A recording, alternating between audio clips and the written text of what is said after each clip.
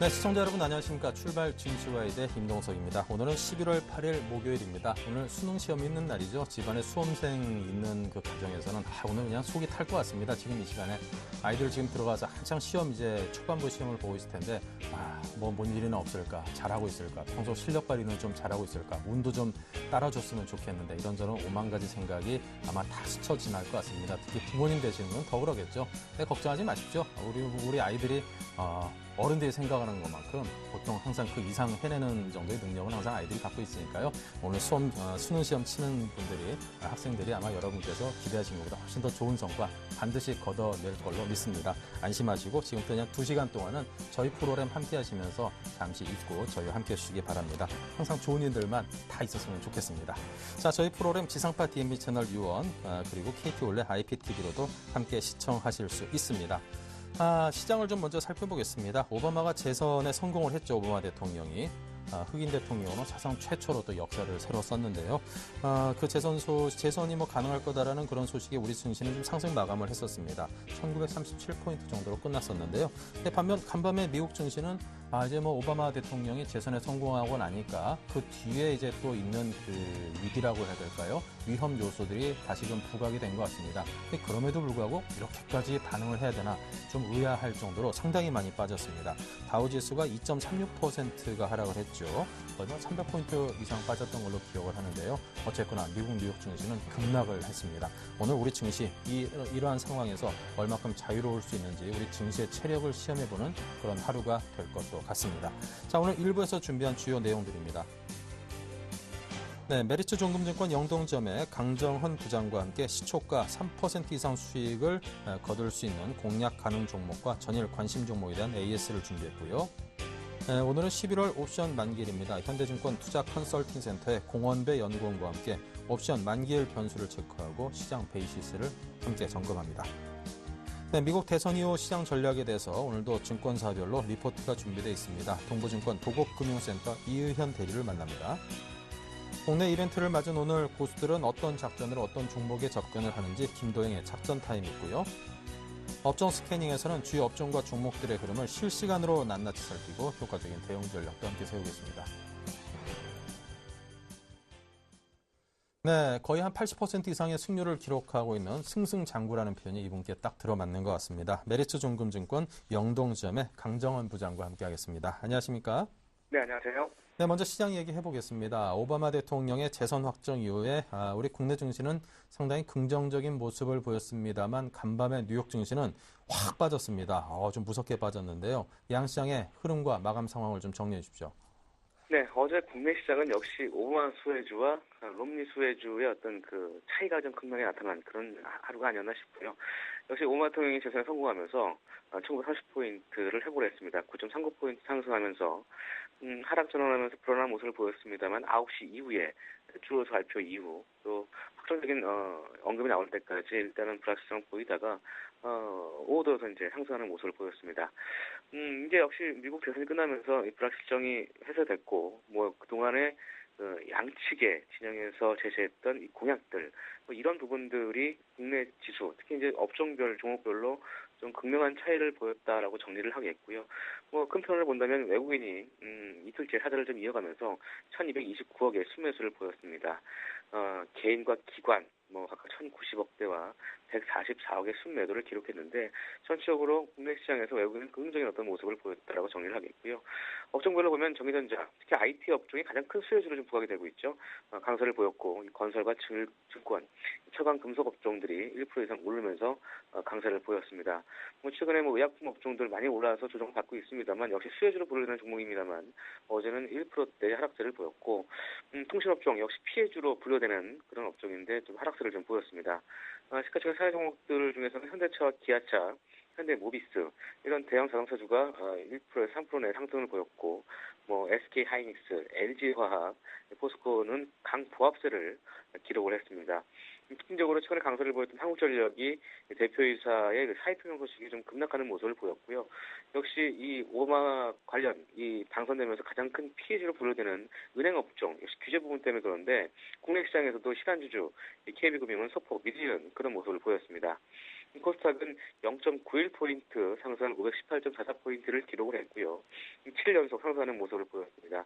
개인이 꾸준히 사자의 어떤 모습을 보였고, 전체적으로 시가총액 상위 종목들, CJ 오쇼핑이라든가 SK 브로드밴드, 파라다이스, 이런 업종들은 상승을 좀 보였고, 특히 어제는 코스닥에서 이 태양광 업황이 좀 수혜를 볼 것이라는, 역시 그 오마 관련 수혜주로 불러대는 그런 업종인데, 유니스라든가 지성 엔지니어링, 오성 LST 이런 종목들이 상승세를 보인 부분이 역시 특징적이었다라고 보시면 되겠고요.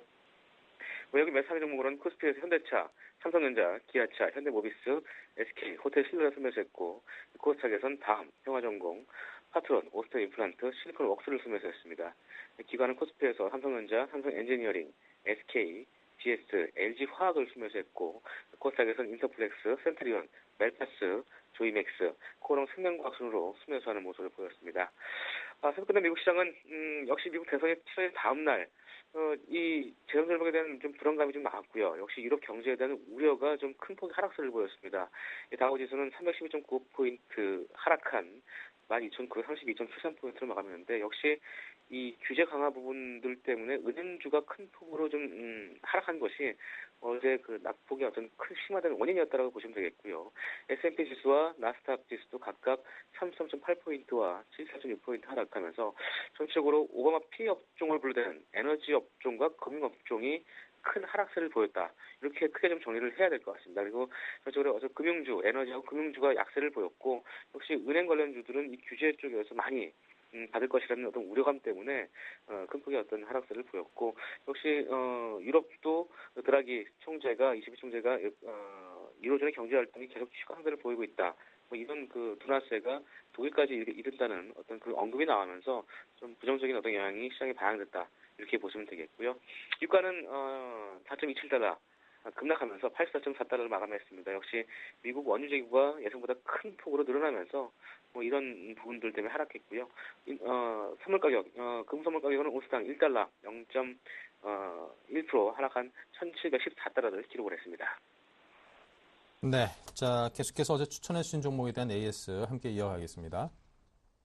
네, 어제 현대약품을 시가시켰습니다. 어제 1,870원에 출발했고 종가 기준 4% 하락하면서 마감했습니다. 하지만 1,750원 제가 제시한 손절가를 하회하지 않았고, 오늘 한번 반등하면 기대해보면서 일단 저피별 매력이 있다고 말씀드린 바 있습니다. 주상 순사장 가치가 3,520원대고 이 제약업종이라든가 헬스케어 업종에 또 이 관련 그 오호와 관련 수혜주기도 하기 때문에 국내 시장에 또 긍정적인 영향을 볼 수 있는 그런 여지가 있다고 보시면 되겠고요. 일단 보유 전략으로 제시하도록 하겠습니다. 네, 일단은 보유 전략을 제시를 해줬습니다. 오늘 장중에 좀 초반에 지금 빠진 상태로 시작을 하기 때문에 손절가를 하회할 가능성도 좀 있어 보이는데, 그런 경우에도 보유 의견을 주신 걸로 좀 이해를 해보면 될 것 같습니다. 자, 계속해서 오늘 장 관심 종목은 어디일까요? 네, 오늘 시가총액은 세원셀론텍을 제시하도록 하겠습니다. 이 세원셀론텍은 이 가스 정유, 석유화학, 이 발전 플랜트 설비를 시작하는 사업이고요. 최근에는 그 줄기세포공학 사업, 바이오 공학 사업도 영위하고 있는 세포 치료 관련 콜라겐 화장품을 제조 판매하는 이런 바이오 업종으로도 분류가 되는 그런 회사가 보시면 되겠습니다. 투자 포인트는 두 가지 줄 수 있는데요. 연골 치료 치료제 성과 모멘텀입니다. 최근에 이 네덜란드에서 자체 개발한 연골 치료제 이 콘드론이 네덜란드에서 그 첨단 세포 치료제로 자리매김했는데 5년 동안 치료한 결과를 공개했습니다. 그래서 네덜란드 현지에서 처음 소개된 이후에 530명이 치료를 했고, 이 연골 재생 기술이 첨단 세포 치료제로 알려지면서 역시 수혜가 되는 상황이고요. 두 번째는 실적 호전을 줄 수 있는데요. 이 3분기까지 계속적으로 좀 실적이 늘어나고 있습니다. 2분기 반기 매출액도 40% 증가하면서 전년 동기 대비해서 영업이익과 당기수익 흑자전환을 했었는데, 3분기 역시도 영업이익 32억을 기록하면서 전체적으로 올해 그 누적 매출액과 영업이익이 각각 2,060억대와 영업이익 116억을 기록을 했습니다. 역시 이런 부분들은 이 바이오 사업 부분의 꾸준한 수익 향상에 좀 견조한 성장세를 이어진 상황이고, 역시 이런 부분들과 더불어서 이 바이오 사업 부분의 해외 시장의 장기 성장 가능성, 역시 이런 부분들을 투자 포인트로 제시하도록 하겠습니다. 네, 자 가격대에 대해서 끝으로 듣겠습니다. 네, 역시 시가대 3% 이상 목표가 제시해드리겠고요. 손절가는 3,300원 하여 주셔서 손절 등하시기 바라겠습니다. 네, 잘 들었습니다. 오늘은 세원셀론텍입니다. 지금까지 강정헌 부장이었습니다. 감사합니다. 네, 고맙습니다.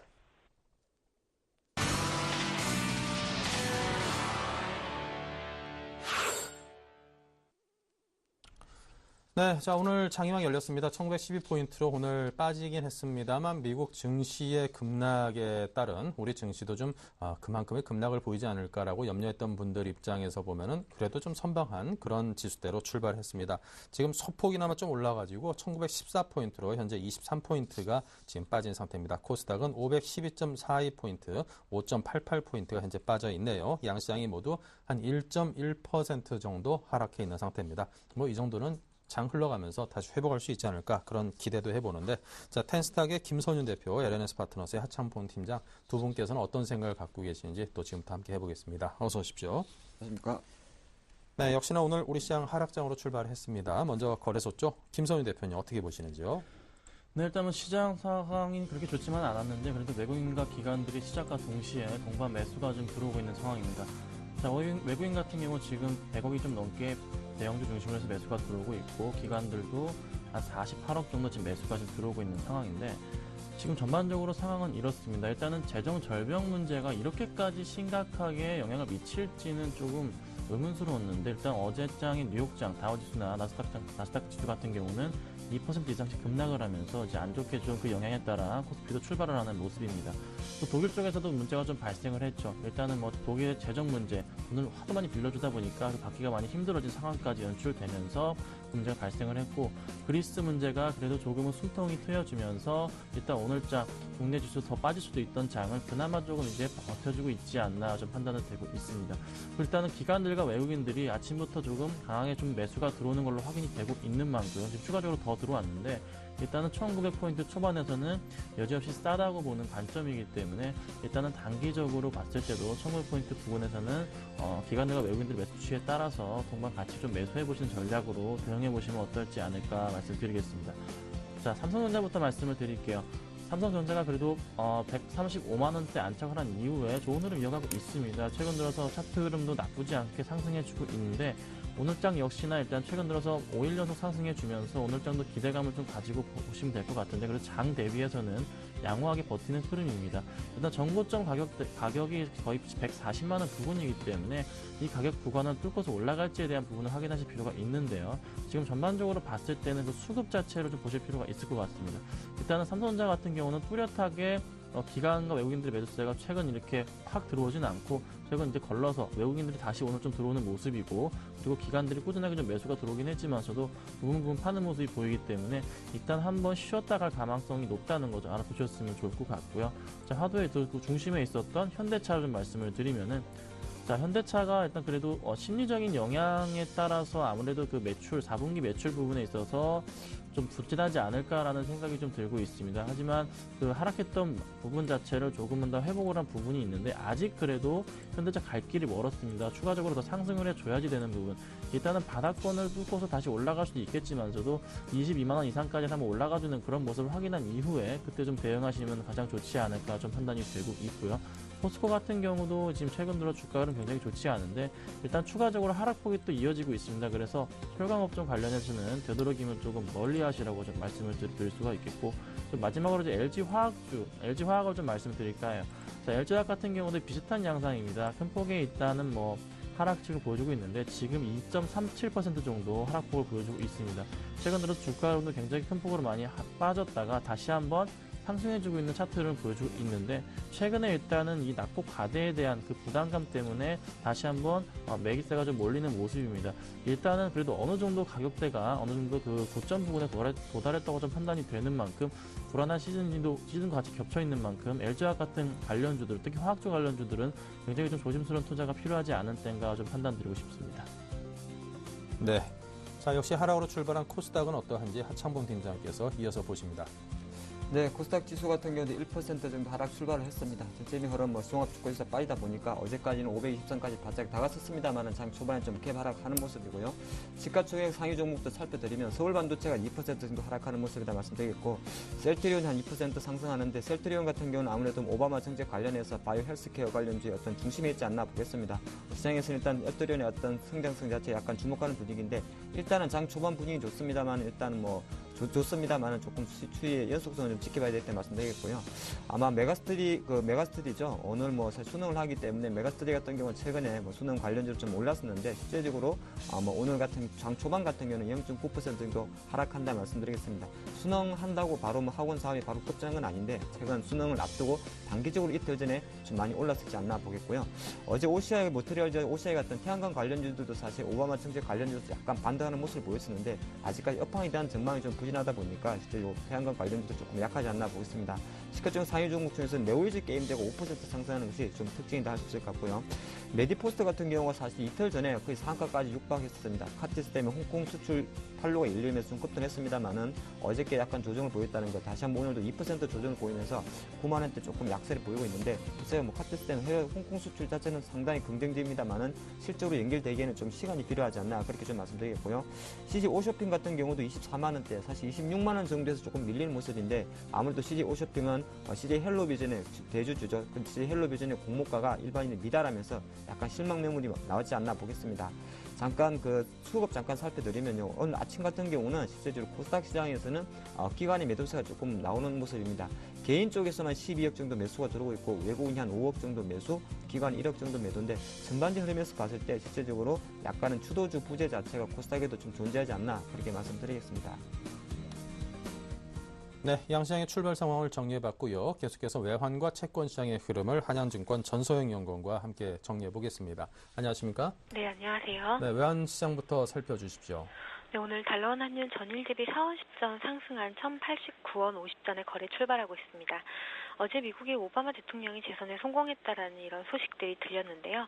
이런 소식에 내고 물량까지 더해지면서 아무래도 이제 1,080원대로 하락하는 모습을 보였습니다. 어제 5원 넘게 하락하면서 다소 큰 폭의 하락을 보였는데요. 오늘 같은 경우는 좀 조정받는 모습이 일부 나타나고 있습니다. 뉴욕 증시에서 재정 절벽에 대한 이런 우려감들이 표출이 되고 특히나 이런 재정 절벽 문제가 해결되지 않을 경우에 미국의 신용등급이 하향 조정될 수 있다라는 일부 신용평가사들의 전망들이 나오면서 뉴욕 증시가 2%대의 하락을 기록을 했습니다. 이러면서 안전통화, 안전자산이 상대적인 강세를 보였고 이런 여러 가지 요소들로 인해서 오늘 환율도 조정받는 분위기가 연출이 되고 있습니다. 아무래도 1,080원대에 대한 부담도 있을 수밖에 없는 상황이고요. 위험통화가 약세의 흐름을 보인다라는 이런 여러 가지 요소들로 종합해봤을 때 오늘 같은 경우는 1,090원을 상향 돌파하기는 쉽지 않은 흐름이겠지만 그렇다고 전일의 종가였던 1,085원 선을 또 뚫고 내려가기 역시 쉽지 않은 그런 장세가 연출될 것으로 보입니다. 네, 채권 시장은 어떻습니까? 네, 오늘 국채선물은 전일 대비 5틱 상승한 106.30에 거래 출발하고 있는데요. 미국채 금리가 상당히 많이 하락을 했습니다. 강세를 보였는데요. 이런 여러 가지 요소들이 국내 채권 시장을 견인하고 있는 모습입니다. 일단 이 밖에도 유로존의 내년의 경제 성장률 역시 하향 조정이 되면서 유로존의 경기 침체 우려가 같이 부각이 되고 있는 그런 모습입니다. 여러 가지 이런 모습들이 채권 시장의 강세를 이야기하고 있는데요. 아무래도 이제 우리나라 채권 같은 경우는 레벨 부담이 상존하고 있는 만큼 강세 분위기를 따라가되 제한적인 모습이 나타날 가능성이 높습니다. 따라서 이런 부분들 좀 참고하셨으면 좋겠고요. 선물 시장에서는 외국인의 매수 규모와 그 강도에 대해서 조금 더 살펴볼 필요가 있어 보입니다. 네, 알겠습니다. 자, 이렇게 해서 외환과 채권 시장의 전망과 분석을 들어봤습니다. 감사합니다. 네, 감사합니다. 네. 자, 이어서 11월 옵션 만기일입니다. 시장의 변동성이 커질 수 있는 그런 날이니만큼 또 그에 대한 분석과 시장에 대응하는 전략을 짜는 것이 어느 때보다 중요해 보이는데요. 자, 오늘은 현대증권 투자 컨설팅 센터에 계시는 공원배 연구원과 전화로 이야기 나눠보겠습니다. 안녕하십니까? 예, 안녕하세요. 예. 네, 현재 시장 순차익 잔고 수준이 약 3조 8천억 원 수준이라고 들었습니다. 현재 시장 베이시스 현황을 좀 분석 부탁드리고요. 이에 따른 11월 옵션 만기에 대한 전망도 함께 해주시기 바랍니다. 예. 현재 순차익 잔고는 연중 최고점 수준인 3조 8천억인 수준으로 10월 만기 때와 비슷한 수준을 유지하고 있습니다. 현재는 국가 지자체를 제외한 다른 외국인 및 여타 주체들의 차익 거래는 정체 중인 상황에 있습니다. 따라서 금번 만기의 핵심 주체는 국가 지자체가 될 것이고요. 현재는 매도와 매수가 모두 가능한 상황에 놓여 있습니다. 금번 옵션 만기에 이젠 그 변수를 점검 한번 해보겠습니다. 현재는 프로그램 매매 비중과 현선물 비율이 감소하고 있는 추세를 보이고 있습니다. 따라서 선물 외국인과 더불어 현물의 상대 강도가 금번 만기에 이젠 베이시스를 결정지을 것이라 이렇게 생각이 되는데요. 금일 시장 베이시스의 진폭은 이론가 수준에서 플러스 마이너스 0.3포인트 수준 내에서 등락을 예상하고 있습니다. 아까 말씀드렸듯이 금번 만기의 핵심 주체인 국가 지자체의 경우에는 이 범위 내에서는 신규 매수와 그 차익 청산을 이렇게 반복할 것으로 보이는 그런 상황인데요. 베이시스가 소폭 개선 시에는 매수 여력이 조금 더 충분한 상황이라고 생각하기 때문에 조금 프로그램 쪽에서는 긍정적인 상황을 기대할 수 있는 그런 분위기입니다. 반면 외국인의 대규모 청산 우려가 지금 많이 고조되고 있는데요. 외국인은 차익 거래 시 환해지를 한 후 유입되는 것으로 추정이 되고 있기 때문에 환차익을 노린 대규모 청산 가능성은 극히 드물 거라 예상이 되고 있습니다. 그러면 금번 만기에 이젠 종가 충격을 야기하는 이젠 합성 선물을 이용한 그 전략은요. 이젠 종가에 충격을 야기시킬 수 있는 컨버전 활용은 이젠 금번 만기에는 우려할 필요가 없다고 판단이 됩니다. 반면 만기 주간에 리버셜 조건이 개선되고 있어서 리버셜 손익이 장중 개선된다면 종가의 국가 지자체 위주로의 매수세가 유입될 수 있을 가능성이 큰 상황입니다. 결론적으로 금일 만기는 특별한 매크로 악재가 나타나지 않는 한 그 현 베이시스 수준 하에서는 기존 차익 물량의 청산은 물론 신규 유입 역시 조금 제한적일 것이라고 판단이 되는데요. 그래서 만기 효과는 중립적이고 이제 다른 이제 변동성에 따라서 이제 시장이 움직일 것 같습니다. 네. 자, 이렇게 해서 오늘 시장에 상당히 큰 변동성을 줄 가능성이 있는 그런 변수들에 대해서 그 전망과 분석을 함께 해봤습니다. 지금까지 공원배 연구원의 도움 말씀이었습니다. 감사합니다. 네, 감사합니다. 네, 다음은 여의도 리포트 김보람 아나운서입니다. 네, 안녕하세요. 여의도 리포트 김보람입니다. 어제 미국의 대선이 마무리됐습니다. 하지만 시장은 불확실성 제거에 대한 안도보다는 차기 행정부에 놓인 재정 절벽 등 여러 가지 과제에 대한 우려에 집중하는 모습이었는데요. 앞서 미국 증시가 큰 폭으로 내리면서 오늘 국내 증시도 1% 이상 하락 출발했습니다. 이후 증시 흐름은 어떻게 방향을 잡아갈 것인지 이 시각 증권사 리포트에서 알아보겠습니다. 먼저 삼성증권입니다. 기술적 분석으로 코스피 흐름 전망하는데요. 한 걸음씩 오르기라고 정리를 해봤고요. 대신증권에서는 미국 대선 이후 시장 전망, 하나대투증권 역시 미국 대선 결과와 국내 증시 영향성에 대해서 분석합니다. LIG 투자증권에서도 미국 오바마 재선과 그에 따른 관심 업종을 짚어드리고요. 동부증권에서는 지뢰밭 증시 이제 변동성의 시작이다 이렇게 표현했는데요. 이 가운데 삼성증권부터 자세하게 확인하겠습니다. 2011년 4월부터 형성된 삼각 수렴대 상단을 재차 상향 돌파하면서 코스피는 수렴대를 벗어나려는 모습입니다. 그러나 9월 14일 상승계 파단인 1950포인트와 10월 중순 고점인 1965포인트를 넘어서기 전까지는 삼각 수렴대 안에서의 제한된 등락이 전망됩니다. 미국 대선 등 중요한 이벤트들이 마무리되는 가운데 22일 추수감사절을 기점으로 미국은 최대 쇼핑 시즌에 돌입했습니다. 따라서 불확실성 해소 이후 소비 회복 기대가 반영되면서 강세 흐름을 재개할 전망입니다. 단기적으로는 기술적 반등 목표치인 1950포인트를 앞둔 부담으로 점진적인 상승이 예상되는데요. 관심 업종으로는 전기전자, 운수 장비를 꼽았습니다. 다음은 대신증권입니다. 오바마 대통령이 연임에 성공했지만 오바마의 승리는 상승 가속 요인이 아닌 하단 안정 요인이라고 봤습니다. 재정절벽 협상은 민주당과 공화당의 완벽한 타협 없는 일시적 연장의 가능성이 높고 미국 정부의 법정 부채 한도는 2,200억 달러만 남아있는 상황에서 2011년 8월과 같은 부채 한도 상향 이슈가 불거질 가능성이 있습니다. 따라서 이는 글로벌 증시에 충격이 될 가능성이 높기 때문에 당분간 경기 비민감주의 랠리가 지속될 가능성이 높다고 전망했습니다. 다음은 하나대투증권입니다. 미국 대선은 민주당의 오바마 대통령의 재선이 확정된 가운데 현재 초저금리, QE3 등 경기 부양책이 지속적으로 유지될 전망입니다. 재정절벽 우려가 상존하고는 있지만 경제위기 극복에 대한 추가적인 해결책을 기대해볼 수 있겠고 연말까지 소비 심리가 회복되면서 기업들의 이익 개선 역시 기대할 수 있을 것이라고 판단합니다.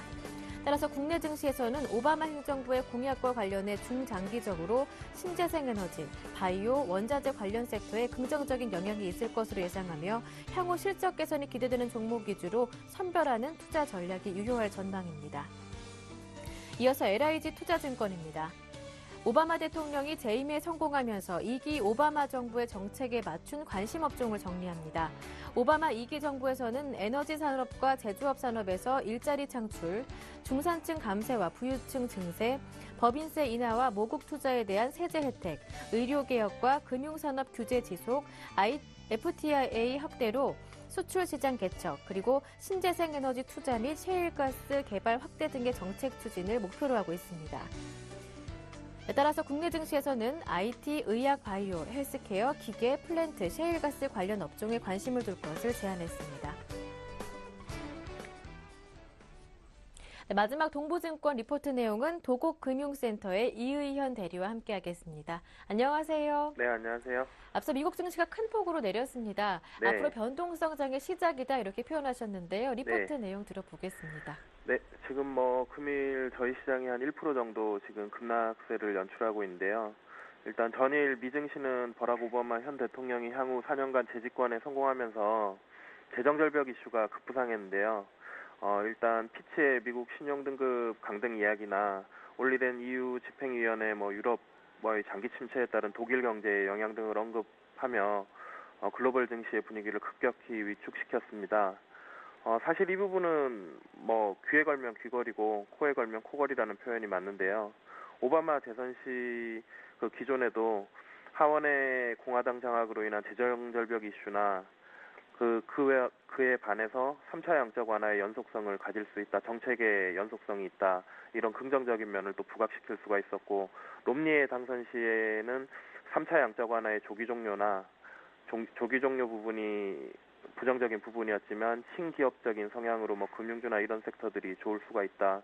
전체적인 공화당의 집권 시 이런 부분을 언론에서 부정적인 이슈를 부각시키느냐 아니냐의 문제였습니다. 근데 결국 시장은 부정적인 이슈를 부각시키면서 조정거리를 만든 것으로 보이고요. 금일 시장은 조정이 불가피하겠으나 본질적으로 오바마의 새 정부가 들어서면서 재정절벽을 피해야 한다는 대의 명분을 앞세워서 급격한 재정 긴축 완화 방안에 대해서 초당적으로 합의할 가능성이 더 커 보이고요.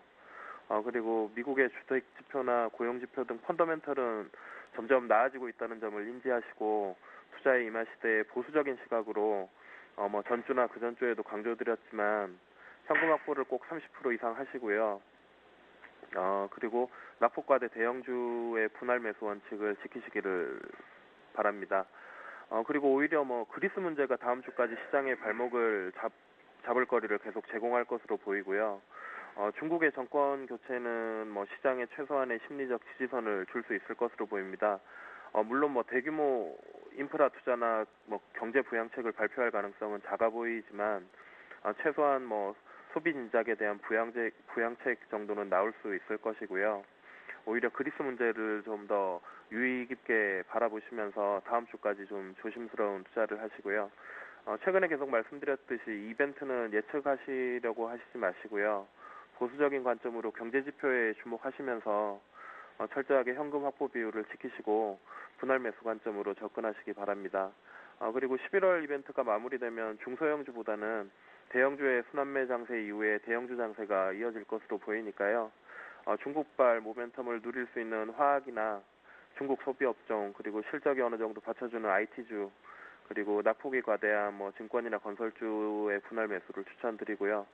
마지막으로 옵션 만기 수급을 보면 심리적인 요인으로 인한 물량 출회에 따른 급락 가능성을 감안하지 않을 수는 없지만 차익거래 대규모 청산 우려가 적은 데다가 컨버전 누적도 미미한 상황이라서 수급적인 옵션 만기 부담은 적을 것으로 보입니다. 지난 8, 9월에 차익거래 순매수가 가장 많았던 외국인이 10월 이후에도 오히려 추가로 순매수 누적하는 모습을 보이고 있어서 차익거래 대규모 심리적인 물량 출회를 제외하면 차익거래 대규모 청산 우려는 작아 보입니다.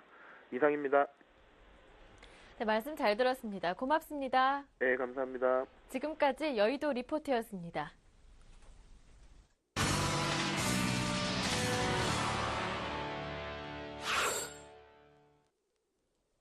네, 계속해서 알파라이징 스타 김도영 대표와 함께 오늘 장 작전을 함께 고민을 해보겠습니다. 전화 연결돼 있습니다. 안녕하세요. 네, 안녕하십니까. 네, 오늘 장 전략은 어떤 것일까요? 네, 오늘 모두 다 재정 절벽 얘기가 갑자기 급하게 나오면서 불안한 요소를 좀 가지고 계시는 것 같은데요. 유럽 부분에서는 아직까지 정확한 반영 부분이 나오지 못했고요.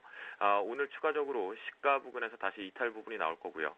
미국 자체적으로 봤을 때도 재정 절벽에 대한 지정 위험성이 도출이 되려면 시기적으로는 사실은 11월 중하순부 마지막 주쯤부터 해서 12월 초 부분에 언급이 좀 돼야 되는데 빨리 지금 일단 터트리면서 불안 심리를 만들고 있는데, 자, 지금 보시면 현재 부분에서 시가 부분들이 수급적인 측면에서도 외국인들 매수의 유입, 기관계 매도 폭탄 지금 별로 안 나오고요.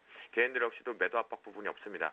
지금 여기서는 함부로 손절을 해서도 그 다음에 오히려 공포를 느낄 필요도 없는 구간이다라고 다시 한번 말씀드리겠고요. 코스닥 시장에서는 여전히 수급적인 부재 부분이 있기 때문에 기관들이 달리는 말조금만 잘 살펴볼 수가 있을 것 같습니다. 그래서 선물 시장의 변동성, 그다음에 옵션 시장의 변동성 때문에 오늘 옵션 만기 부분에 대한 위험성 도래들을 가늠하는데, 오히려 저희는 공격적으로 지금 그동안 비싸서 좀 사지 못했던 부분, 그다음에 갑작스럽게 올라갔던 콜옵션 부분들 다 지금 저가에서 매수해서 지금 깔고 앉아 있다라고 말씀 좀 드리겠는데요. 여기서 저희는 과감한 알파라이징 스탁은 완벽하게 저가에서 공포를 한번 사겠다라는 전략을 지금 가지고 있습니다. 네. 저가에서 공포를 사겠다. 그만큼 지금을 좀 매수를 할 수 있는 접근하는 좋은 기회로 오히려 역으로 좀 활용을 해보겠다. 그렇게 이해를 하면 될 것 같군요. 네, 자 그렇다면 오후장 공략주는 어떤 것을 집중하고 계십니까? 예, 지금 현재 부분에서 이벤트성으로 조금 빨리 왔다라는 부분까지 감안해 본다라면 내가 어떤 종목을 매수를 해야 될까 도저히 감이 안 오고 어떤 것이 주력주인지 감이 안 온다라고 했을 때 그 부분은 코덱스 레버리지를 좀 말씀드려 보도록 하겠습니다. 코덱스 레버리지 같은 경우는요, 우리가 추격으로 따라붙을 이유는 전혀 없습니다. 11,600원 이하 부분에서만 매수 타이밍을 잡으시면서 분할 매수 원칙으로 좀 잡으시면 좋을 것 같겠고요. 이것이 시장 자체를 바스켓으로 여러분들 계좌에 산다라고 보시면 좋을 것 같습니다. 단 이건 역시도 이제 코덱스 레버리지 같은 경우에는 오늘 오후장 그 다음에 내일 오전 정도까지 가늠해 볼 수 있으니까 내일 정도까지 전략을 필 수 있기 때문에요. 손절 라인을 잡는다라면 11,600원의 매수 포지션을 이하로 잡고 그 다음에 손절 라인은 11,190원 정도를 손절 라인으로 잡으면서 대응합니다. 위쪽으로 올라갈 때는요, 단기적인 매표 트레이딩으로 본다라면 오늘 장중에 들어온다라면 한 11,800원에서 900원 정도 밴드로 한번 목표가를 한번 설정해 보고요. 내일까지 오버나잇을 하시는 분들 같은 경우에는 12,000원 이상 부분에서 이익 실현 한번 잡아보자. 지금 공포를 사야 된다라고 다시 한번 말씀 좀 드리도록 하겠고요. 두 번째 종목으로는 이제 개별주 성격 속에서 그동안 가지 못하다가 이게 이제 AP 시스템의 반사 이익 부분을 가져올 수 있다라는 수혜와 이제 AMOLED 쪽 장비 관련돼서는 수혜를 가져올 수 있다는 얘기가 나오면서 대바닥권에서 횡보를 하고 있다가 최근에 이제 거래량 자체가 수반이 좀 되면서 위쪽으로 살짝 올라 들어오고 있는 부분인데요. 역시 시장 분위기가 아직까지는 어둡지 않은 부분에서 추격 매수보다는 오히려 지금 현재 잘 만들어지고 있는 이평선 부분이기 때문에 이 부분에서 추격을 잡는다고 해도 5% 미만으로 추격을 잡으시겠고요. 8,500원에서 8,800원 밴드 속에서 분할 매수 원칙으로 좀 끌고 가보자. 그래서 중기적인 관점으로 보고 단기 트레이딩 보지 말고 중기적으로 시장이 안정화된다라고 해도 만약 시장이 불확실성이 대두가 된다 하더라도 이런 개별 주들은 각자의 색깔론을 가지고 가기 때문에 충분히 단기 목표가 트레이딩 관점으로 봤을 때는 9,500원, 그다음에 중기적인 목표가로자면은 1,200원 정도는 단기 목표가 설정할 수 있다라고 말씀 좀 드려보도록 하겠고요.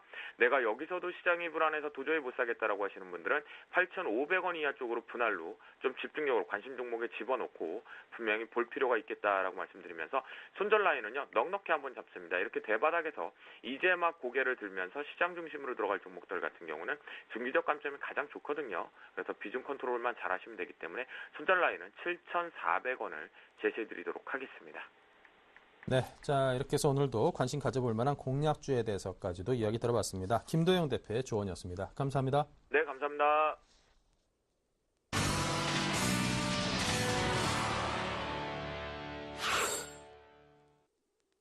네, 실시간으로 또 시장을 살펴봐야겠죠. 업종 스캐닝입니다. 많은 분들께서 또 기대하는 시간입니다. 오늘은 김성윤 대표께서 먼저 IT 운수장비 정유화학 업종을 살펴드릴 겁니다.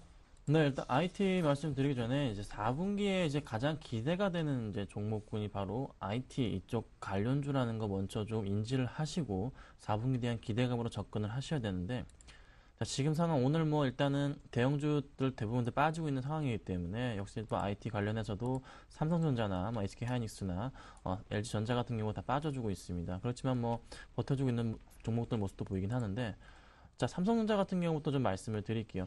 자, 일단은 대만 쪽에서 애플 쪽에서 대만 쪽에 요구했던 물량 자체가 확보가 안 되는 상황이어서 아이폰 5가 좀 출시가 미뤄지는 국가들이 좀 많았는데, 지금 다시 삼성 쪽에 러브콜을 하고 있다는 거 꼭 그걸 알고 계시다면은 한 번 더 삼성전자 같은 경우는 충분히 140만 원 정도까지도 한번 노려볼 수 있지 않을까라고 좀 말씀을 좀 드리고 싶습니다. 일단은 그 영향에 따라서 애플이 다시 한번 삼성전자 쪽에 러브콜을 하고 있기 때문에 당연히 이제 LG 디스플레이 같은 경우도 미리 먼저 이런 움직이는 현상을 보여줬던 거거든요. 그래서 LG 디스플레이, 삼성전자, 특히 LG전자 요 같은 이 종목들은 같은 맥락으로 보시고서 대응을 하신다면은 추가적인 더 상승이 나올 수 있는 그런 자리라고 말씀을 좀 드릴 수가 있겠습니다. 자, 그리고 이제 빼놓을 수가 없는 종목 SK하이닉스 좀 말씀을 드릴까 하는데, 최근 이제 멀티칩 관련해가지고 SK하이닉스가 많이 주목을 받고 있습니다. 그리고 디램 값도 많이 올라줘서 지금 굉장히 다시 한번 반등을 노려주고 있는데, 일단 SK하이닉스 지금 가격대가 최근 들어서 급등하긴 했지만서도 높은 가격대가 아니란 거죠. 그래서 그 가격대가 한 29,000원까지는 올라가줘야, 최소한 28,000원 정도까지 뚫고 올라가줘야, 아, 이제 좀 올랐구나, 이제 팔 때가 됐구나 하고 감이 오실 것 같은데, 일단 최근 들어서 이 기관들의 수급 자체의 물량이 끊임없이 나가고 있다는 점을 확인하신다면은 SK하이닉스 같은 경우는 아직도 조금은 그래도 매수할 수 있는 그런 여력이 있다고 좀 판단이 되는 그런 종목 중에 하나입니다. 자, 외국인들이 오늘 뭐 조금 소폭 팔고 있긴 하지만 아직까지 크게 물량 확인되지 않은 부분이 있기 때문에 기관들이 그 물량을 어떻게 받쳐주는지 확인을 하시고 대응하시면 될 것 같은데, 만약에 매수하실 의향이 있으신 분들은 약간 지금 눌림목 구간에 있긴 합니다. 그래서 한 25,500원 정도에서 한 26,000원 정도 사이 구간에 조금씩 담아보시는 전략으로 하신다면 충분히 수익이 괜찮을 것이라 보고 있고, 또 마지막으로 그 LG 디스플레이 얘기를 좀 한 번 더 드려야 될 것 같아요. 자, LG 디스플레이가 최근 이 가격대 자체가 지금 거의 36,300원인데 이 가격대 구간이 어느 정도 약간 불안한 거를 제가 느끼냐면은 작년부터 시작한, 그러니까 2010년부터 2011년 그 초까지 시작한 그 물량대 구간에 지금 모여있기 때문에 아무래도 이 부담감 자체가 조금은 있을 거라고 판단이 되고 있습니다. 그래서 조금 이후에는 한 4만 원 가까이 갔을 때는 아무래도 기관들의 매도 물량이 나올 가망성도 있다는 거, 그 점을 조금 참고하시고 대응하시면 될 것으로 판단이 되고 있습니다. 그래서 IT 관련주들은 일단 4분기에는 언제나 실적이 좋습니다. 그래서 놓치지 마시고 꼭 대응하셨으면 좋겠고요. 자, 자동차 쪽으로 넘어가 볼게요. 자, 현대차 얘기를 빼놓을 수가 없겠죠. 현대차가 최근 이제 급락을 한 보인 이후에 다시 한번 주가가 이틀째 지금 반등을 하다가 오늘 조금 쉬어가고 있는데, 일단은 현대차 같은 경우는 4분기 실적 자체가 3분기보다는 좋지 않을 겁니다. 지금 이제 불안한 거는 미국 시장에서의 그 아무래도 지금까지 쌓아왔던 그 인지도 자체가 아주 조금 이제 타격을 입을 거라는 거죠. 그래서 그게 매출과 연관이 되기 때문에 그 영향에 따라서 한번 좀 추가적으로 빠질 가능성이 있을지도 모르겠지만, 그래도 한번 반등이 온다면은 25만 원 정도, 22만 원 정도까지는 한번 기다리셨다가 한번 22만 원 선을 뚫고 올라가는 걸 확인하신 이후에, 그 이후에 다시 수급적으로 매기세가 몰린다면은, 매수세가 몰린다면 그때 좀 대응하시는 전략으로 가시면 좋겠고, 기아차도 이제 같은 맥락으로 보시면 될 것 같아요. 기아차 같은 경우도 역시나 지금 다시 반등해주고 있는데, 기아차 같은 경우는 조금 일단 더 기다려야 될 것 같습니다. 일단 이 종목 같은 경우는 좀 불안합니다. 그래서 자동차 주를 사실 때는 차라리 현대차를 사시고, 기아차는 아직은 아닌 것 같습니다. 기아차 같은 경우는 아무리 실적이 좋더라도 일단 너무 낙폭가되기 때문에 일단 이 종목 좀 버렸다고 판단됩니다. 그래서 기아차나 현대차 중에서는 현대차를 좀 제가 말씀을 드리도록 하겠습니다. 자, 마지막으로 정유화학 쪽 살펴볼게요. 자, SK이노베이션 오늘 2% 이상 좀 많이 빠져주고 있는데 실적은 좋습니다. 다 실적은 좋은 상황에서 지금 최근 들어서 오히려 이 정유주 쪽의 대장주로서는 GS가 좀 많이 각광을 받고 있죠. GS가 이 박스권을 완벽하게 돌파하고 뚫고 올라가 버렸습니다. 그래서 그 GS 리테일과 최근 들어서 GS 관련 종목들이 다 실적이 좋고 하다 보니까 GS 지주사로서 또 굉장히 좀 메리트가 있는 것 같은데, 그 영향에 따라서 한 번 더 반등이 올 수 있는 그런 자리라고 좀 말씀드릴 수가 있겠네요. 그래서 이 종목 일단은 올해 초에 보여줬던 2월 달에 보여줬던 고점대 75,000원 정도까지 추가적으로도 상승을 주고 나서 다시 좀 쉬어가는데 한 번 더 추가적인 상승이 나올 수도 있을 것 같습니다. 일단은 4분기에 대한 그 기대감이 워낙에 크기 때문인데 일단 조금씩 그래도 계단식 지금 상승을 해주고 있는 그런 단계이기 때문에 한번 추가적으로 쉬었다가 한 번 더 상승해줄 수 있다고 좀 보고 있습니다. 그래서 수급적으로도 괜찮기 때문에 조금 GS 같은 경우는 주의 깊게 보실 필요가 있다고 좀 말씀을 드리겠고요. 그 다음에 SK이노베이션은 오늘 좀 많이 빠지긴 하는데 일단은 그래도 정유주가 그래도 실적이 괜찮기 때문에 4분기에도 좀 기대감이 있습니다. 그래서 좀 더 기다려 보신다면은 나쁘진 않아 보입니다. 자, 마지막으로 화학주 말씀드리면 오늘 이제 호남석유가 좀 많이 빠지고 있습니다. 3% 이상 지금 급락하고 있는 모습인데 수급적으로 봤을 때 기관들이 지금 굉장히 많은 물량을 좀 던지고 있는 상황.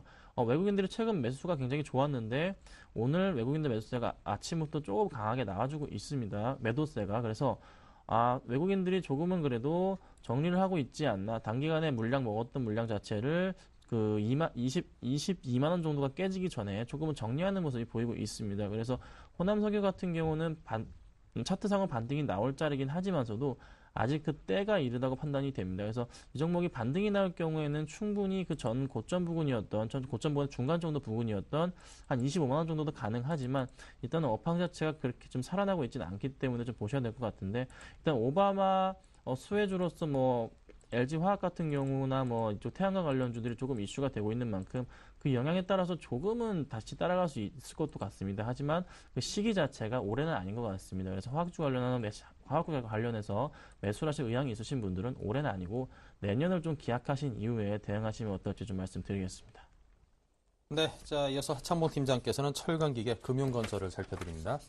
네, 오늘 아마 보니까 제일 많이 빠지는 섹터가 철강, 건설, 금융화학인데 또 많이 빠지는 섹터만 하네요. 포스코는 너무 무겁습니다. 아직도 무겁네요. 오늘도 1.5% 빠지는데 사실 포스코 언제 머리를 쳐들지는 저도 잘 모르겠습니다. 계속적으로 뭐 경기 이야기도 많이 나옵니다만 가장 중요한 것이 철강 가격이 올라야 되는데 가격이 안 오른다는 겁니다. 그런 것 자체가 현재 포스코의 어떤 그 주가 발목을 잡고 있다 말씀드리겠습니다. 그래서 현재 수준에 보면 포스코 같은 경우는 가격적으로만 좀 접근하는 것보다 가격적으로 예를 들어서 뭐 40만 원 하던 포스코가 지금 30만 원 하니까 싸지 않느냐 이렇게 하는 것보다 조금 제가 큰 그림에서 오랜만에 말씀드리겠는데 확실히 철강 산업, 건설 산업 자체는 2007년도 이후에 꺾였다면 꺾인 겁니다. 꺾였기 때문에 좀 그런 관점에서 보시면 좋을 것 같고요. 중간중간에 포스코가 어느 정도 단기 기술적 반등은 나옵니다. 그렇지만 전체적인 트렌드가 조금 하향으로 가고 있기 때문에 많이 좀 대형주면서 많이 빠졌다고 단순하게 접근하는 것보다는 최소한 어떤 수급적인 면에서든지 또는 석탄 가격, 실적적인 면에서 좀 체크하고 들어가야 되지 않나 봅니다. 그렇기 때문에 빠지고 나면 잠깐 반등, 빠지고 나면 잠깐 반등 그런 흐름을 보이는 것이 포스코다 말씀드리겠고 철강 금속 쪽에서 조금 주목되는 거는 고유 아연과 풍산이지 않나 보겠습니다. 뭐 사실 뭐 오바마 이야기 많이 하는데 그 이야기 중에 IT도 많은 대표적이 될 것 같고요. 뭐 셰일가스 관련 신재생 에너지 같은 것도 마찬가지입니다. 그리고 조금 더 주목하는 거는 사실 오바마 정부 시즌에 금 가격 자체가 사실은 100% 더블이 올랐습니다. 그러다 보니까 주요 상품 시장의 어떤 상승도 상당히 좋았었는데 고려아연 같은 경우는 사실 최근에 실적 쇼크 때문에 조금 45만 원을 좀 이탈한 흐름을 보였습니다만은 제가 늘 드린 말씀이 고려아연은 항상 역발상이 좀 생각하는 종목입니다. 대표적으로 역발상을 좀 통했을 때는 실제로 45만 원 전후에서는 매수 전략이 유효하다 보는 것이고요. 지금 현재 약간 45만 원 정도 쉬고 있기 때문에 추격해서 급하게 들어갈 필요는 없고 조금 사태 추이를 지켜보면서 들어가도 늦지는 않겠다 말씀드리겠고요. 또 하나 주목되는 종목이 바로 풍산입니다. 풍산은 우리가 대표적으로 우리가 방산 관련주를 많이 알고 있는데요. 맞습니다. 방산 관련주를 할 수 있을 것 같고요. 방산이라면 보통 이제 동이죠. 뭐 탄피 관련된 동도 많이 들고 이 동이라는 건 사실은 뭐 방산에만 들어가는 게 아니라 거의 뭐 대부분의 전자제품 가전에 다 들어가는 것이 바로 동 가격이기 때문에 풍산의 어떤 이런 수요 전체 나오면서 실적적인 부분까지 나오면서 최근의 상승 트렌드 오히려 고려아연보다는 조금 더 좋지 않나 보는데 일단 실적 모멘텀이 되기 때문에 풍산 조금 더 관심 있게 봐주시고요. 물론 최근에 어떤 대부분의 종목들이 지금 차트에서 보듯이 이렇게 이쁘게 올라온다고 덥석덥석 사면 안 되겠죠. 약간 좋은 종목들은 오히려 조정을 기다렸다가 사는 것이 어떨까 싶다 말씀드리겠습니다. 다음 기계업종 잠깐 말씀드리면 사실 이제 계속 오바마 이야기를 안 할 수밖에 없네요. 뭐 이제 됐으니까 계속 경기 부양한다 그러니까 당연히 우리 투자가의 눈은 두산 인프라코어에 많이 갈 건데 어제도 보니까 두산 인프라코어가 미얀마 건설 사업에 좀 참가한다는 그런 이야기 좀 나오고 있습니다. 근데 사실 과거에는 이제 뭐 중국 쪽 이야기 많이 했는데 이제 같은 경우는 미국의 허리케인도 있었기 때문에 물론 미국은 이제 캐터필라라는 큰 굴삭기 업체가 있습니다. 하지만 두산 인프라코어도 혹시나 옆에서 좀 석을 보지 않을까 오히려 미국 모멘텀에 조금 주목하자는 이야기 나오는데 글쎄요 아직까지는 기계업종에 대해서도 실제적으로 약간은 바닥권 다지기가 좀 나오지 않나 않나 봅니다. 그래서 오늘 한 17,000원 밑에서 반등한 흐름 조금 긍정적이고요. 그래서 17,000원에 대한 단기 반등 이후에 재눌린 가능성이 있기 때문에 실제적으로 봤을 때는 두산인프라코 예 맞습니다. 약간 아직까지는 저는 기대감은 있지만은 조금 확인할 필요가 있다. 최소한 기관들 매수 들어오는 거 조금 확인하면서 들어가야 되지 않나 보겠고요. BHI라는 종목이 많이 5% 급등하죠. 어떻게 보면 뭐 철강 기계업종 특징주를 할 수 있는데 이 종목 같은 경우는 대표적으로 셰일가스 관련주입니다. 원전 관련주도 많이 몰리는데 최근에 사실은 뭐 33,000원, 9월 초순에만 해도 좋은 흐름 보였다 급락했던 거는 실제적으로 셰일가스 대비해서 BHI가 실적이 많이 안 좋지 않았었습니다. 그러니까 실적 부진에 따른 기관들의 매도세가 좀 하락했다가 11월 접어들어서 23,000원에서 가파르게 반등하는 모습입니다. 반등하는 모습이고 오늘의 5% 상승도 뭐 한국가스공사도 오늘 급등하고 있습니다만은 대표적인 오바마의 어떤 신재생 에너지 셰일가스 관련주에 대한 어떤 모멘텀이 나오면서 조금 좋은 흐름을 보여주고 있는데 BHI 글쎄요 어느 정도 실적 부진에 따른 어떤 하락 중계는 좀 마무리됐지 않나. 그리고 지금의 트렌드 좀 본다면 물론 지금 가격대 28,000 추격은 아닙니다. 하지만 26,500원 정도 가격 지지를 보인다면 공략해볼 수 있는 세트지 않나 보겠고요. 다음 이제 금융업종 잠깐 살펴드리겠습니다. 금융업종 제일 첫 번째 살펴드리는 은행업종인데 뭐 은행업종은 사실 최근에 보면은 뭐 지난번에 그 은행주 실적에서 나왔습니다만 은행업종이 솔직히 영업이익률이 전년 대비해서 반토막 났다는 것은 그만큼 나라 경제가 심각하다는 겁니다. 그런 관점에서 좀 제가 거시경제 관점에서 말씀드렸고요. 아무래도 실적 부진이 금융주에도 미치다 보니까 여전히 좀 약세다 말씀드리겠고 뭐 증권업종 잠깐 말씀드리면 증권업종 어제 잠깐 반등을 했었죠. 지수 올라간다고. 하지만 늘 드리는 말씀이 지수 올라간다고 반등하는 거 아니다 말씀드리겠고요.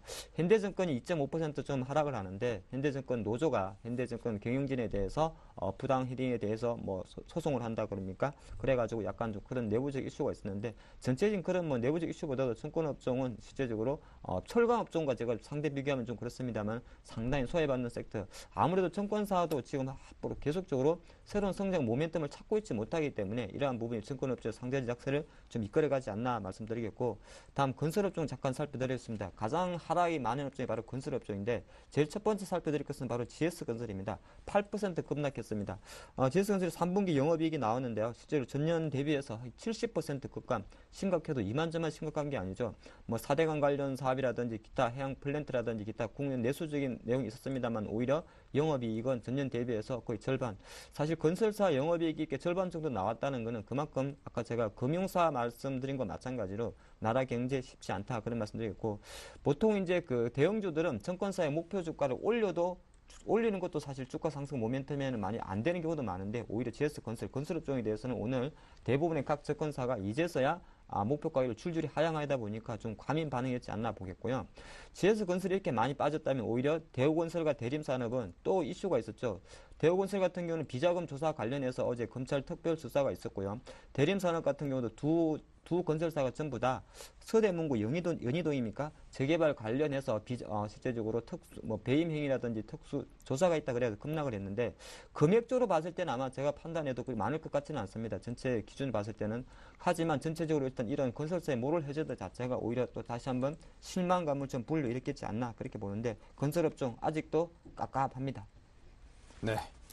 자, 깝깝한 건설업종. 이래저래 부동산 관련해서는 지금 뭐 되는 게 없는 것 같습니다. 자, 다음은 김선영 대표께서 그나마 좀 나았다는 평가를 좀 받고 있는 음식료라든가 유통, 또 통신 쪽을 살펴드립니다.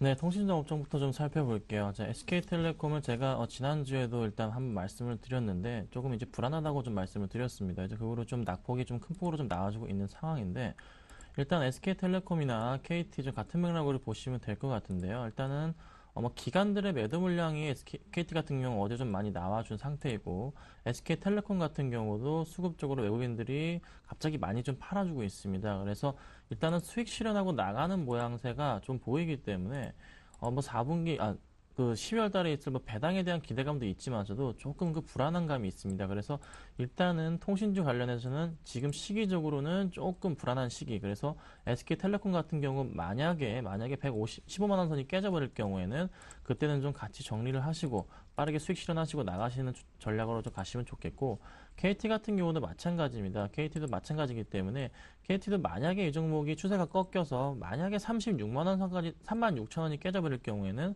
그때는 똑같이 좀 정리하시고 나가시라고 좀 말씀을 드리겠습니다. 자, 음식료 쪽으로 가볼게요. 자, 음식료 요즘 최근 들어서 가장 많이 이슈가 되고 있는 종목 오리온과 또 빙그레를 들 수가 있겠는데 일단 바나나 우유랑 초코파이랑 같이 먹으면 참 맛있다고 합니다. 그래서 주가가 같이 올라가는 것 같은데 특히 빙그레 같은 경우가 바나나 우유가 지금 굉장히 많이 팔려주면서 지금 주가가 같이 그 흐름을 같이 하고 있는 것 같습니다. 그리고 수급적으로도 굉장히 기관들이 꾸준하게 좀 매수가 좀 들어와주고 있는데 외국인들이 그래도 최근 들어서 매도세가 조금은 강하기 때문에 그 영향에 따라서 한번 꺾일 때도 됐다고 좀 판단은 되고 있습니다. 하지만 일단은 계속적으로 기관들이 매도세가 들어와주면서 주가가 계속 상승해주고 있다는 점. 그 추세적으로 봤을 때는 단기간으로 약간의 조금 하락한 이후에 갈 수도 있는데 그래도 한 12만 원, 120만 원 정도까지 한번 떨어졌다가 12만 원이죠. 떨어졌다가 다시 한번 상승해 줄 수도 있을 것 같습니다. 그래서 만약에 이 종목을 오래 가져가실 분들이라면은 한 12만 원 정도까지는 한번 빠졌다가 다시 갈 수가 있기 때문에 그 가격선까지는 좀 지키시고 가져가시라고 말씀을 좀 드리겠고 지금 매수하실 분들이라면은 한 12만 원 정도까지 좀 기다리신 이후에 좀 매수하시라고 말씀을 드리겠습니다. 자, 그리고 하이트 진로를 빼놓을 수가 없을 것 같아요. 최근 이제 하이트 진로가 굉장히 큰 폭으로 좀 많이 상승을 했습니다. 그리고 수급상으로도 지금 기관들의 매수세가 엄청나게 많이 몰려주고 있는데 하이트 진로가 상승하는 이유는 딱 하나입니다. 자, 일단은 작년 같은 경우 말씀을 드리자면은 하이트 진로가 배당이 4.9% 정도 나와줬기 때문에 그 영향에 따라서 일단은 통신주보다는 하이트 진로가 주가가 좀 많이 안 올랐고 그리고 또 배당 매력도 있다고 판단돼서 기관들의 매수세가 꾸준하게 지금 엄청나게 많이 들어왔습니다. 그래서 기관들의 매수 영향에 따라 주가가 좀 반등을 했는데 지금은 오히려 지금 다시 조금은 빠져주고 있는 형국이지만서도 오늘 좀 올라주는 게 일단 한번 추가적으로 상승이 가능하다고 좀 판단이 됩니다. 그래서 일단 하이트 진로 같은 이 종목 같은 경우는 만약에 이제 기관들의 매도세가 추가적으로 크게 나올 경우 기관들의 매도세가 10만 주 이상 나올 경우에는 그때는 좀 빠르게 정리하는 전략으로 가시면 될 것 같고 만약 그렇지 않을 경우에는 한번 배당까지 노려볼 만하기 때문에 그 점을 좀 참고하시고 좀 대응하시기를 말씀을 드릴게요. 자, 그 다음에 이제 보고 넘어갈 게 유통업 쪽인데 유통업은 딱 이 두 종목만 말씀을 좀 드리도록 하겠습니다. 자, GS 리테일과 GS 홈쇼핑 요 정도 좀 말씀드리고 싶은데 GS 리테일은 일단 추세가 지금 박스권 하단에서 멈춰있는 상태에서 한번 이제 꺼질 때도 된 것 같은데 버티고 있는 모습. 만약에 이 종목 자체가 한 3만 1,000원이 깨져버릴 때는 그때는 추가적인 하락이 나올 겁니다. 그래서 그때는 빠르게 정리하셔야 되고 GS 홈쇼핑 같은 경우에는 지금 계속적으로 실적 기대감도 크기 때문에 상승해주고 있는 모습인데 GS 홈쇼핑은 수급상으로도 지금 계속적으로 기관들이 사주고 있고 그렇게 팔던 외국인조차 다시 그래도 매도세가 적어지면서 매도세가 조금 들어오는 모습이 보입니다. 그래서 일단은 상승 여력 추가적으로 있기 때문에 GS 홈쇼핑 같은 경우는 걱정하지 마시고 홀딩하시면 될 것 같습니다. 네, 자 끝으로 테마주 흐름을 좀 빠르게 보겠습니다. 네, 대표적인 오바마 관련주 위주로만 잠깐 보겠습니다. 가장 주목된 것이 IT 부품주겠죠. 어제도 FPGA 업체, 인터플렉스라든지 플렉스컴 같은 등이 좋은 흐름을 보였었고요. 오늘도 일단 인터플렉스 같은 경우는 3% 이상 좀 상승하는 모습을 일단 말씀드리겠고, 플렉스컴이 사실 사상 최대 매출과 함께 최고가를 달리고 있다 보니까 대표적인 IT 부품 쪽에서는 FPGA 업체들이 많이 주목된다 말씀드리겠고요. 또 하나 파트론 같은 그 카메라 모듈 업체도 상당히 IT 쪽에서는 좋은 흐름을 보여주고 있다 말씀드리겠습니다. 멜파스에 어저께 조금 상승세 주목됐었는데 오늘 다시 한번 1.6% 들어옵니다. 그래서 코스닥에서 IT 대표주들은 대표적으로 FPCB라든지 TSP 관련해서 스마트폰 기기 관련주들이 좋은 흐름을 보여주고 있다. 수급적으로도 기관들이 이쪽으로 좀 IT에서는 베팅하고 있다 말씀드리겠고요. 전반적으로 두 번째가 살펴볼 것이 이제 헬스케어 관련주가 될 것 같죠. 아무래도 바이오주에 대한 관심 오늘 상당히 좀 개별적으로 있습니다만 좀 좋은 모습입니다. 인피니트 헬스케어와 유비케어는 어제 같은 경우도 오바마 당선 이야기 나왔을 때 좋은 흐름을 보였었는데 오늘도 1% 정도 조금 상승하는 모습이고 비옥소 같은 경우는 어저께 조금 좋은 상승을 보였습니다만은 오늘 2%도 조정, 유비케어도 마찬가지인 것 같습니다. 그래서 헬스케어 산업 같은 경우는 사실 오바마 관련 수혜적으로 맞긴 맞는데 전반적으로 지금은 대부분이 약간은 내부적인 실적이라든지 약간 선반영에 대한 기대감을 있었기 때문에 기술적 반등이 좀 그치지 않나 보겠고요. 사실 오바마 정부가 헬스케어 관련주고 오바마 관련주가 맞긴 맞습니다만 그렇다고 바로 4년 전에 했던 거 재탕이라는 생각도 좀 한다면 일단 종목들에 대한 관심은 실제적으로 간단한 인피니트 헬스케어나 비옥스 이런 것보다는 계속적으로 녹십자라든지 아니면은 큰 주식 관련 위주로 좀 보는 게 좋을 것 같고요. 아무래도 오늘은 그래도 코스닥에도 특징인 것은 제델이라든지 바이오 종목들이 조금은 더 약간 상대적 강세를 보인다는 것이 좀 특징이긴 한데 그래도 전체 시세 연속성 여부는 조금 지켜봐야 할 것 같습니다. 네, 자 계속해서 현대증권의 배성용 수석연구원과 또 연결합니다. 안녕하십니까? 네, 안녕하세요. 네, 미국 대선 이슈 그리고 그리스의 긴축안 통과가 일단은 좀 일단락됐습니다. 앞으로 이런 이벤트가 종료된 이후의 시장 전략이 중요해 보이는데요. 자, 관심 업종과 더불어 시장 전략을 함께 세워주신다면요. 예, 일단 오늘 관심 업종은 역시 이제 IT 섹터가 되겠습니다. 일단 경기 민감 업종에서 그래도 상대적으로 강세를 유지하고 있는 업종으로 보시면 될 것 같은데요. 업종 대표주인 삼성전자와 하이닉스 그리고 LG 디스플레이 등 주요 핵심 IT 주식 주가 흐름은 상당히 양호한 모습을 보이고 있습니다.